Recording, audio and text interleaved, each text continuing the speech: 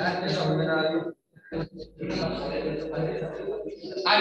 Role of activation energy in chemical reaction, ठीक है। According to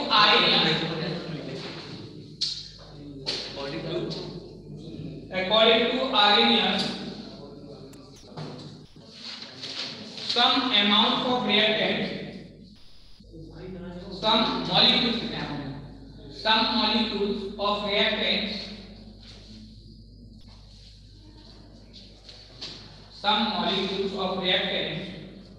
take part in a chemical reaction,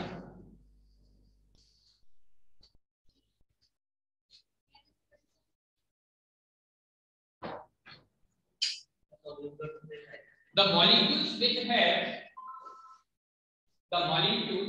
have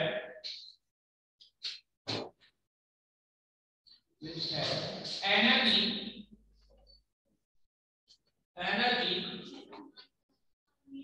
सुन के जाओ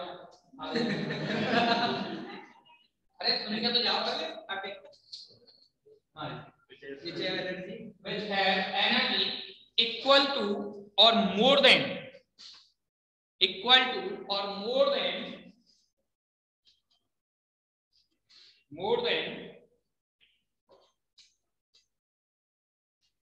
activation energy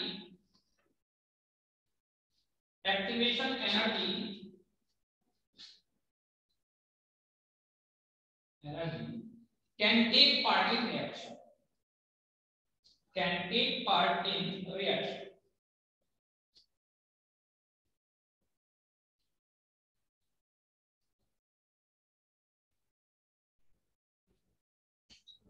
ठीक है भाई। आगे लिखते हैं threshold energy.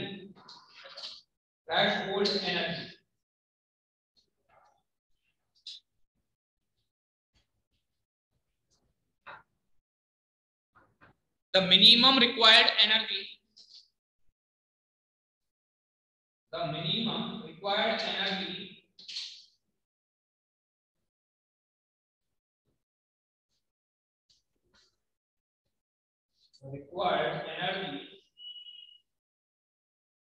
so that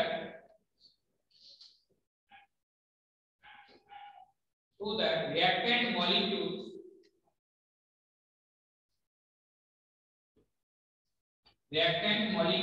convert into product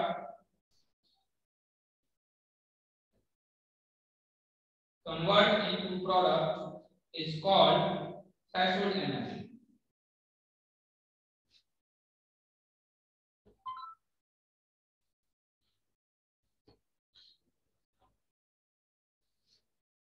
अगले लिखना activation energy.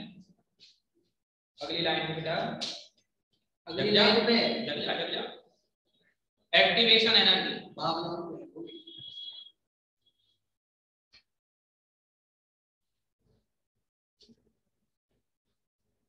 The required minimum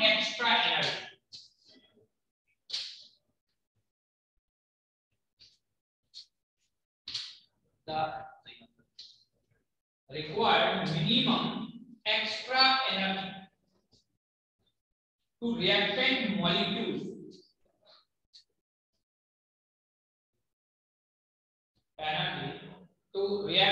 molecules so that these convert into product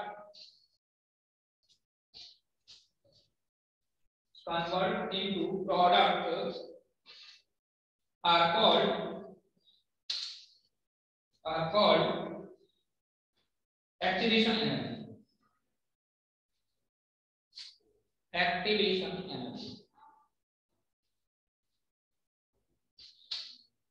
ठीक है भैया।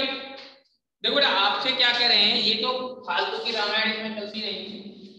आपसे कहा ये हमने एक रिएक्शन लिखी,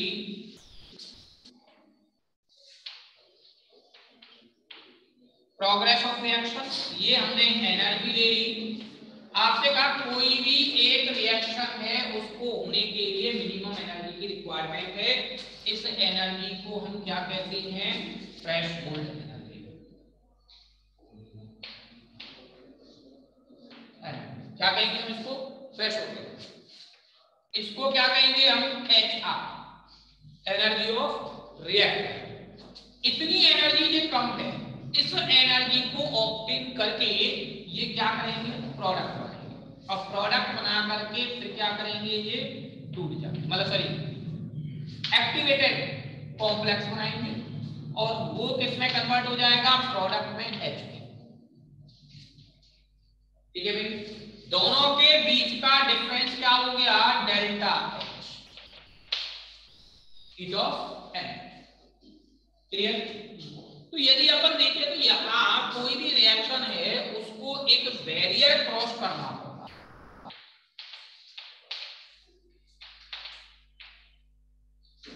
कौन सा बैरियर है? ये वाला बैरियर। यदि इस बैरियर को रिएक्टेंट मॉलिक्यूल्स पार कर लेते हैं तो वो प्रोडक्ट में कन्वर्ट होंगे, अदरवाइज वो कन्वर्ट नहीं होंगे। ठीक है जी? तो पहले तो बना लो उसको ग्राफ। ये बेटा कौन सी रिएक्शंस को फॉलो कर रहा है?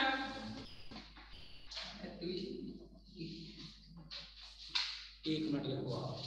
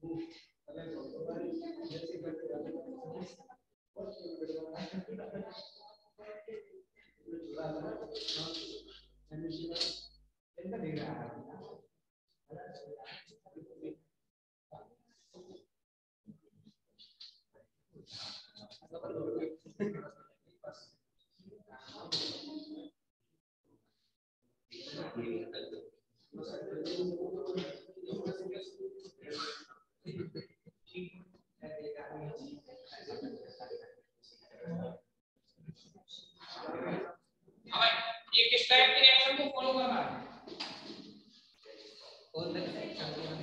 एंडोथर्मिक या एक्सोथर्मिक? कैसे आइडेंटिफाई किया बेटा? कोई भी रिएक्शन हुई तो बिना एनर्जी एब्जॉर्ब करे पॉसिबल नहीं है कि हर रिएक्शन में पहले एनर्जी एब्जॉर्ब होगी, उसके बाद एनर्जी रिलीज होगी। ठीक है? तो बिना एनर्जी एब्जॉर्ब आप लिखेंगे तो सर अभी बना रहे हैं तो मैंने कोई तरफ जल्दी आ गया।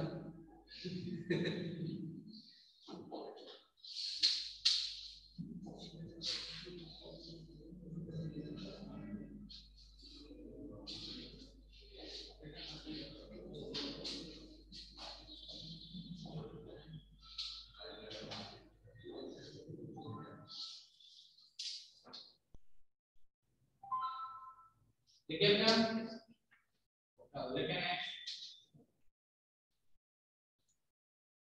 On the basis of this graph, on the basis of this graph, the nature of reaction, the nature of reaction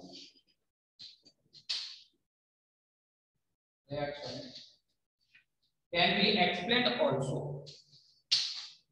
Can be explained also.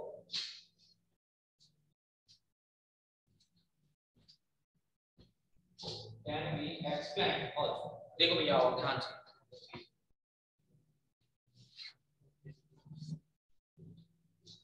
देखो मैंने आपके पास दो तरीके की रिएक्शंस हैं, एक तो एक्सोथर्मिक और दूसरी एंडोथर्मिक।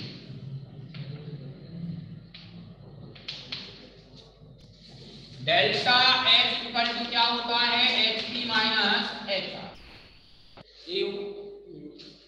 अब यहां यदि अपन देखें तो डेल्टा एच इक्वल टू क्या होगा, नेगेटिव। डेल्टा एच नेगेटिव है तो delta H is lesser than zero. क्या होगा, H P minus H R is lesser than zero, तो H P is lesser than H R. इसमें क्या होगा, delta H is equal to positive, that is delta H is greater than zero, तो H P minus H R is greater than zero, तो H P is greater than H R. ठीक है जी। हम यहां पर इसका ग्राफ प्लॉट करें।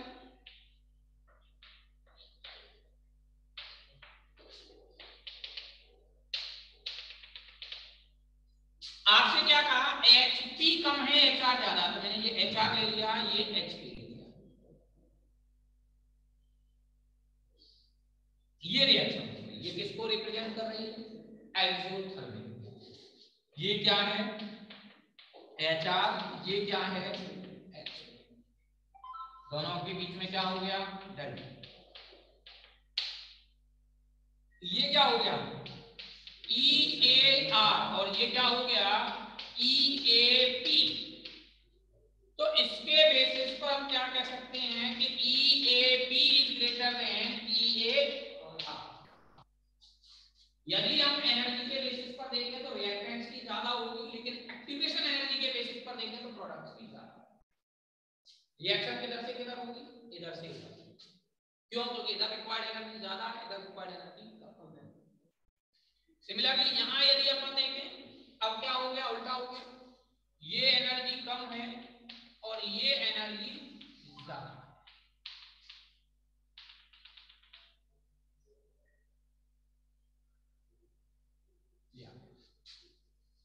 ये क्या है यहां पर, ई ए आर और ई ए पी, दोनों के बीच का डिफरेंस क्या हो गया, डेल्टा।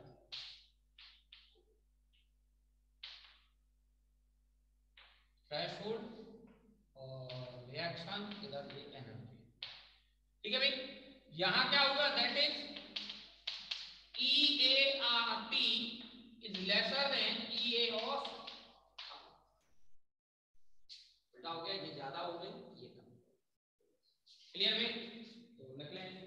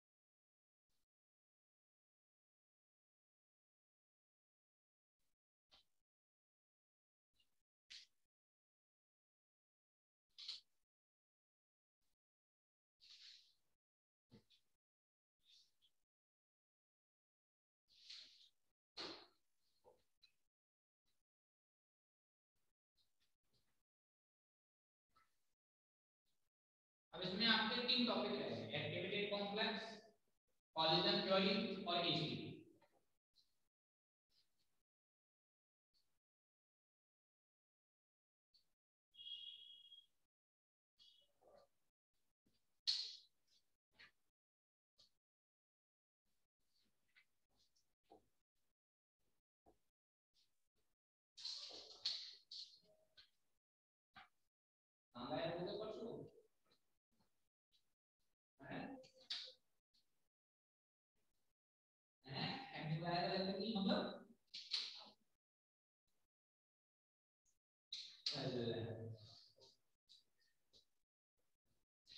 जब आप बायोलॉजी में आ रहे हैं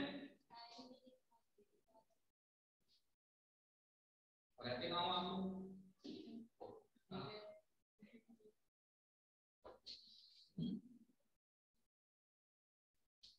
तो आपने वो भी इतना कुछ बोल दिया।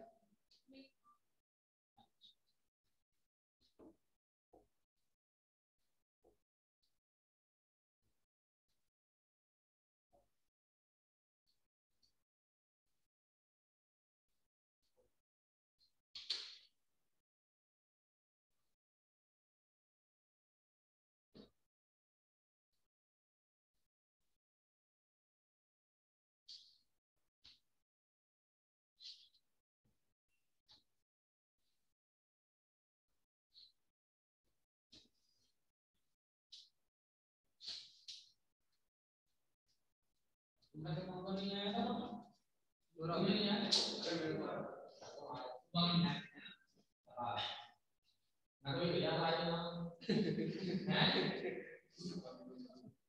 इधर से जन्मदिन केवल 2 जने शायद 1-2 जने मैं आया हूं यही होने वाला आयो बाकी 4 भाई हैं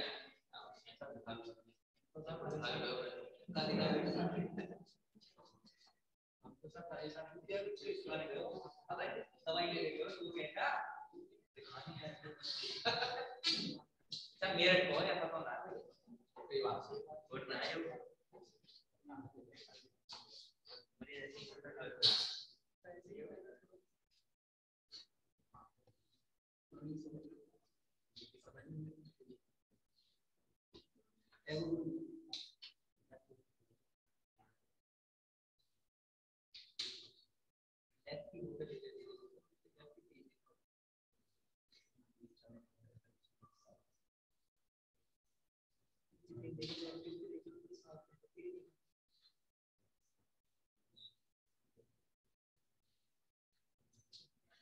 देखिए भैया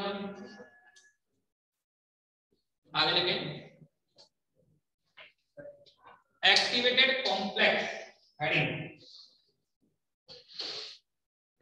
बुक होगी आप सभी के पास फिजिकल मैंने इसमें इतनी ज्यादा लैंग्वेज आपको नहीं दिखाई है जो काम करते हो तो मैंने आपको बता दिया एक बार फिर भी आप लोग इसकी लैंग्वेज पढ़ लेना बुक में से ठीक है आपको जितना मैटर है आपके लिए समझने का वो पूरा समझा दिया है लेकिन अब जो थोड़ा बहुत इसमें लैंग्वेज लिखी हुई है कि इसको वैल्यू क्रॉस करना पड़ता है एक अपन मतलब एक ही तरीके से स्ट्रक्चर माने पहले नीचे से ऊपर चढ़ते हैं तो चढ़ने के लिए पहले कम से कम एक आपको वैल्यू क्रॉस करना है फिर नीचे आना है तो वो उस तरीके से कुछ लैंग्वेज चलो एक्टिवेटेड कॉम्प्लेक्स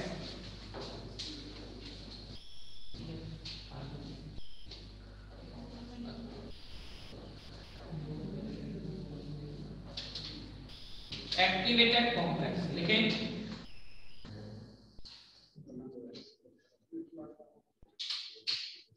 ठीक है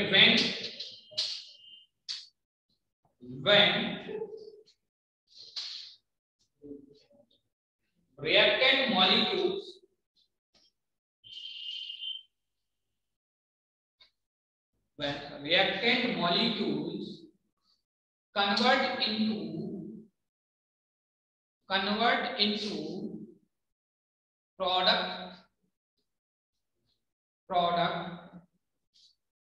by absorbing energy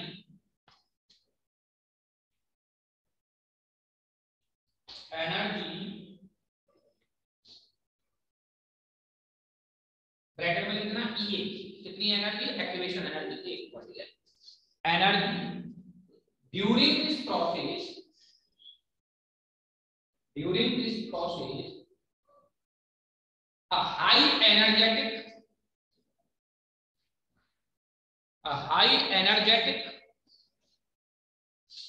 and less stable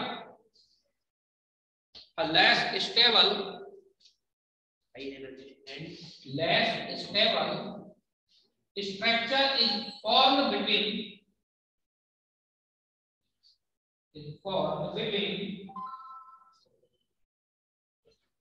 high energetic and less stable structure is formed between हाँ जी मैं अभी कॉलेज में बताओ कॉलेज में हूँ मैं, जेके 10:30।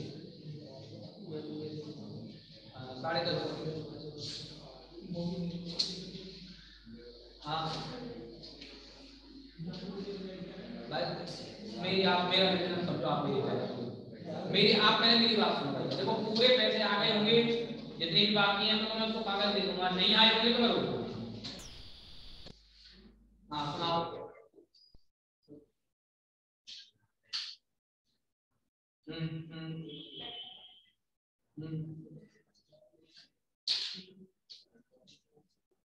भाई साहब देखो, मैं तुम्हारा पूरा ठीक है, आपको बुरा लगा नहीं, सुन ली मैंने, सब मैं सुन ली, आप फोन पे कर दो अभी, मैं बात को दिक्कत ना बात देता हूं, ठीक है सर।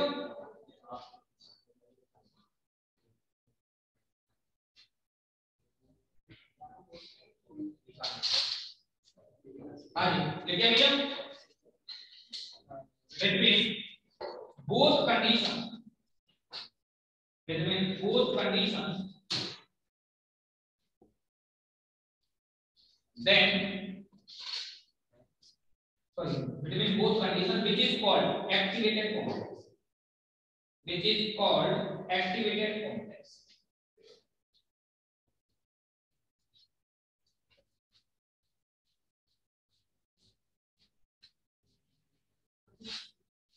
देखो बेटा, ये मैंने एक कंपाउंड ले लिया AB प्लस सी, क्या ले लिया हमने, AB प्लस सी। इसने क्या किया, एनर्जी एब्जॉर्ब, क्या कर दिया इन्होंने, एनर्जी को एब्जॉर्ब, ठीक है। जैसे ये एनर्जी एब्जॉर्ब करेंगे सीबी AB प्लस सीडी, ये कंपाउंड बनेंगे, ये रिएक्टेंट मॉलिक्यूल्स हैं, और ये क्या है, एक्टिव मॉलिक्यूल्स। कौन से हो गए जी, एक्टिव मॉलिक्यूल्स। अब ये एक्टिव मॉलिक्यूल्स आपस में कोलाइड करेंगे इस तरीके से, कोलाइड करेंगे, और जैसे ही ये कोलाइड करेंगे, collide with each other, collide करेंगे, और जैसे ही जब कोलाइड करेंगे, कोलाइड करने के बाद एक पार्ट बनेगा जिसको हम क्या कहते हैं, एक्टिवेटेड कॉम्प्लेक्स। क्या कहेंगे इसको भैया, एक्टिवेटेड कॉम्प्लेक्स। और एक्टिवेटेड कॉम्प्लेक्स ये यहां पर ये, और ये क्या बनाएगा, प्रोडक्ट। क्या हो गया भैया इससे, प्रोडक्ट, ठीक है जी, कोई डाउट इसमें। Reactant, active molecules, activated complex, और क्या हो गया, प्रोडक्ट। तो इन दोनों स्टेट्स के बीच में जो फॉर्म बनेगी उसको हम क्या कहेंगे, एक्टिवेटेड कॉम्प्लेक्स। क्लियर, कोई डाउट, आ गई बात समझ में भैया। तो इस तरीके से क्या आ गया यहाँ पर, यदि अब हम इसको देखें ओवरऑल तो इसमें कितनी स्टेप्स हो गई, 3 steps. Number 1, reaction completes in 3 steps. Number 1 कौन कौन सी होगी भैया, the molecules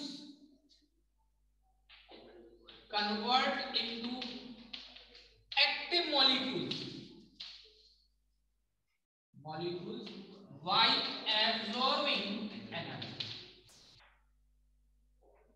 क्या करेंगे, एनर्जी ऑब्जर्व करके क्या बनाएंगे, active molecule. Second, the active molecules collide with each other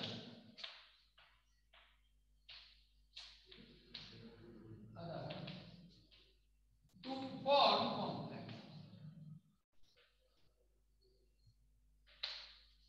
to form complex। Clear भाई।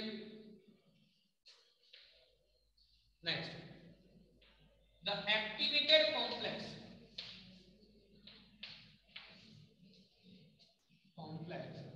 dissociates into, चलो भाई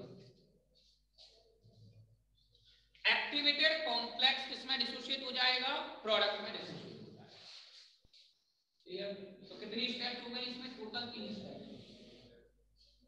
यहां यदि हम इसको बनाए ग्राफ के बेसिस पर, इसको यदि हम एक्सप्लेन करें तो ये वही रिएक्शन प्रोग्रेस हो गई, ये एनर्जी हो गई। ध्यान से देखना भैया और इधर सबसे पहले यहां AB प्लस C,